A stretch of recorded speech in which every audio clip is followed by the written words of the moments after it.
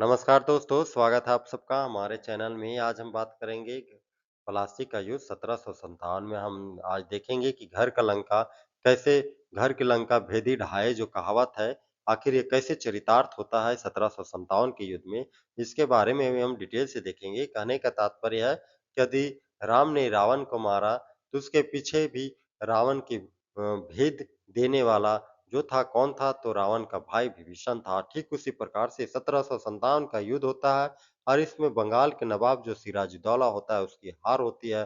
तो उसकी भी भेद अंग्रेजों को देने वाला कौन था? तो सिराजुद्दौला को जो सेनापति था मीर जाफर जिसे मीर जफरा कह सकते हैं क्योंकि वो हिंदुस्तान का सबसे पहला गद्दार था जिसने अपने नवाब को धोखा दिया और विश्वासघात करके वो अंग्रेजों के साथ मिल लेता है।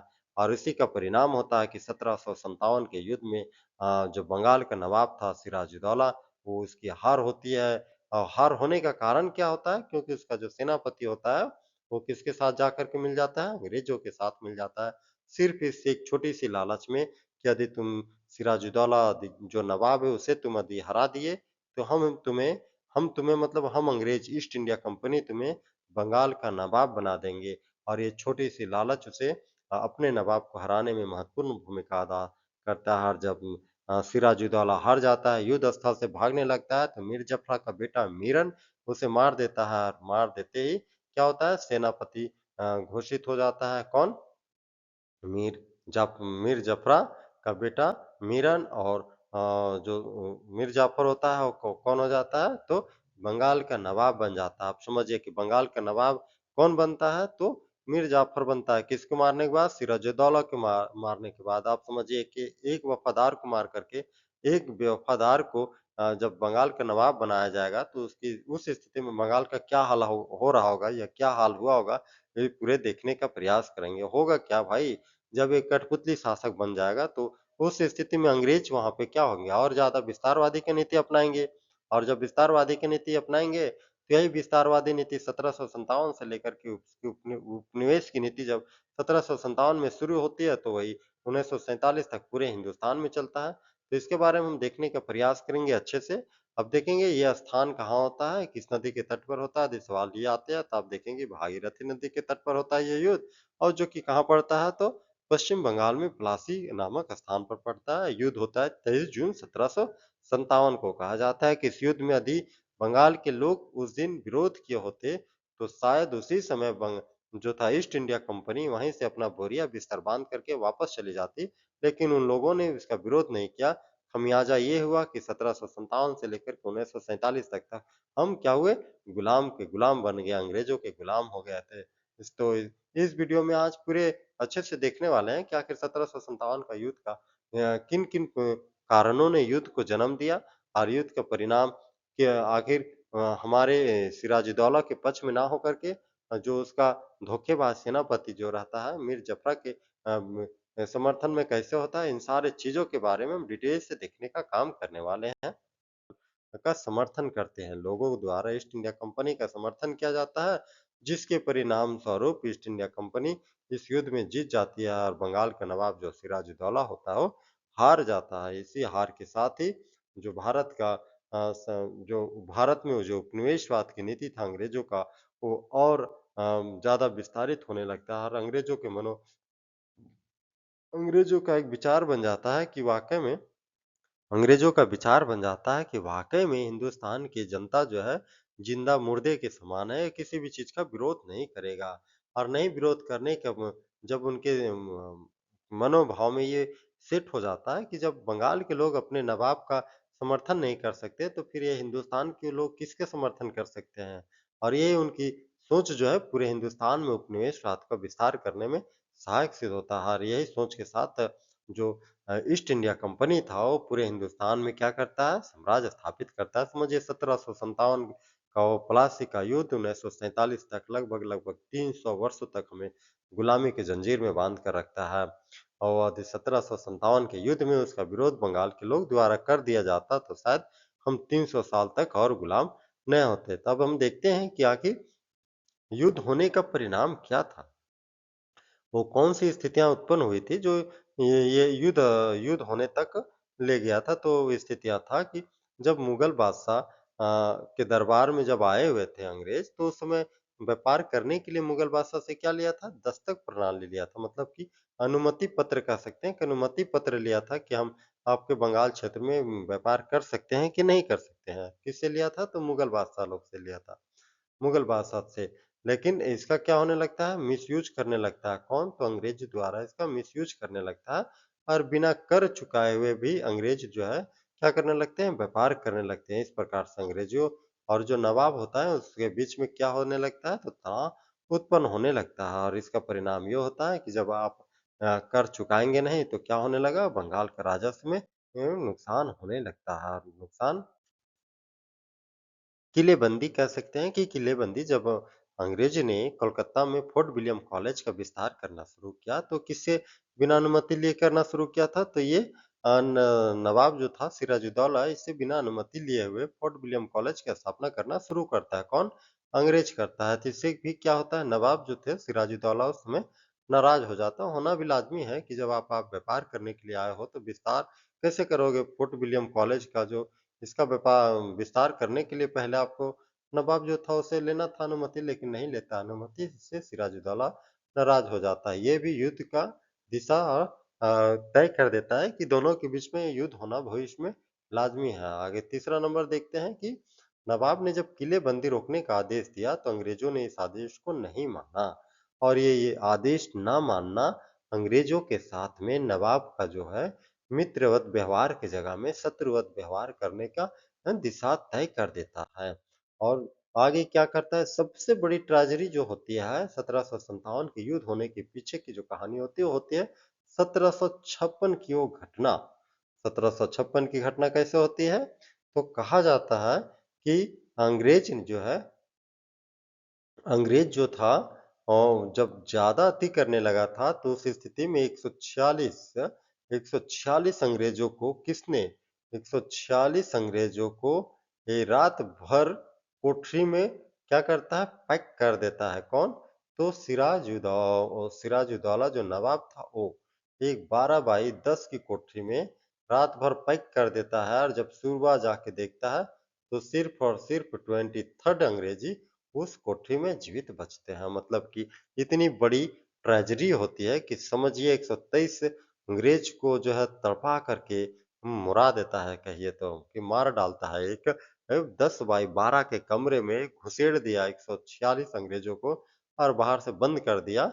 क्योंकि जब उसकी बात को जब नहीं मानने लगा अंग्रेज, तब ये काम कौन करता है? सिराजुद्दौला करता है। तो ये सबसे बड़ी ज्वलंत या सबसे ज़्यादा तत्कालिक कारण जो होती है 1757 की क्रांति, तो ये 1756 की ट्रेजेडी होती है। इसका परिणाम जिसे क्या कहा जाता है? ब्लैक होल ट्रेजेडी के नाम से भी जाना जाता है। ये क्वेश्चन आता है कि ब्लैक होल ट्रेजेडी का डेट क्या था? तो 1756 था। मतलब 1757 100 साल पहले की घटना था। ये अंग्रेजों के मन में बैठा हुआ था। समझे कि 100 साल बाद युद्ध करता है अंग्रेज और जैसे देखता है कि नवाब कमज़ोर होता है, वैसे युद्ध करके नवाब को हरा देता है। अब देखा जाती है ये नवाब कमज़ोर नहीं होता है, नवाब के विरुद्ध षड्यंत्र करता है अंग्रेज। षड्यंत्र क्या करता है? तो उसके विरुद्ध में मीर जफ़रा रहता है, जगत सेठ रहता है और जगत राय दुर्लभ रहता है। ऐसे-ऐसे चोटे लोग को क्या करता है? अपने समर्थन में मिला लेता है और इन समर्थनों के बाद मिलने के बाद वो किसके ऊपर चढ़ाई करता है? 1757 में तो मीर बंगाल का जो नवाब रहता है, सिराजुद्दौला के उसके ऊपर चढ़ाई करता है और क्या होता है इस चढ़ाई से? क्योंकि नवाब जो था सिराजुद्दौला, वो तो जान रहा था कि भाई उसका सेनापति मीर जफ़रा है और जब मीर जफ़रा उसका सेनापति है तो भाई युद्ध हारेंगे ऐसी संभावना थी नहीं। लेकिन वो मीर जफ़रा किसके साथ जाकर मिल जाता है? अंग्रेज़ों के साथ मिल जाता है।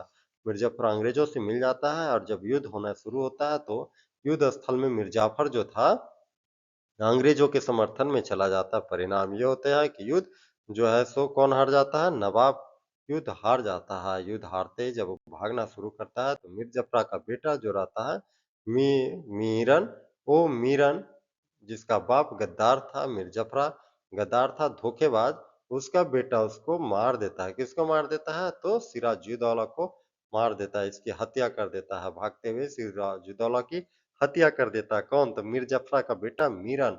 अब देखिए कि मीरन हत्या कर देता है किसको? सिराजुद्दौला को। परिणाम स्वरूप युद्ध युद्ध समाप्त हो जाता है और अंग्रेज खुश हो जाता है कि वाह! वाह! मीर जाफ़र तुमने बहुत अच्छा काम किया क्योंकि उसकी गुप्त संधि बनी रहती है। गुप्त संधि ये रहती है कि यदि तुम युद्ध स्थल में हमारी ओर से युद्ध करोगे और यदि सिराजुद्दौला को हरा देते हो तो हम तुम्हें बंगाल का नवाब बना देंगे।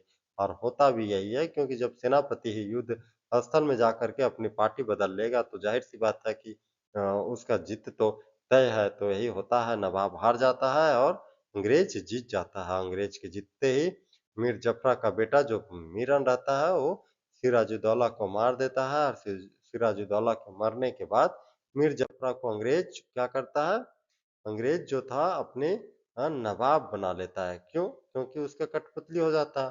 अंग्रेजों का कठपुतली बना रहता है और शुरू से गुप्त उसके समझौता रहता है, उस हिसाब से कठपुतली बन जाता है। कठपुतली बनने के बाद जो वास्तविक सत्ता किसके पास आ जाती है? तो वास्तविक सत्ता अंग्रेजों के हाथों में आ जाती है और क्या होता है इससे?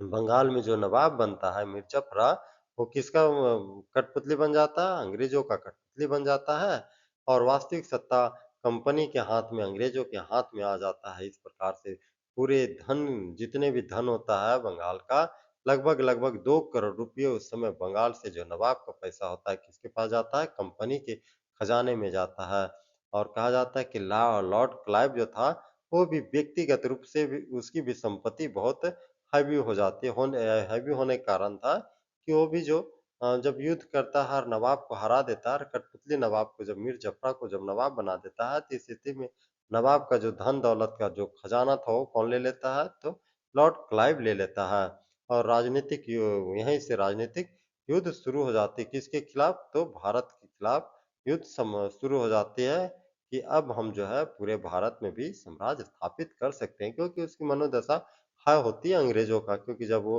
किसी को लालच देकर षड्यंत्र करके किसी अच्छे शासक को हरा सकता है मतलब वो समझ गया था कि हिंदुस्तान में फूट डालो और शासन करो की नीति के लिए किसी न किसी को लालच देना अति आवश्यक है। यही इसकी सोच 1757 की सोच 1947 तक रहता है। इसी का परिणाम होता है कि हम पाकिस्तान जैसे एक देश को जन्म दे देता है। कौन? तो अंग्रेज़ों के द्वारा क्योंकि वो चाहता ही नहीं कि फूट डाल बिना फूटे हुए हम वापस जाएँगे देश से।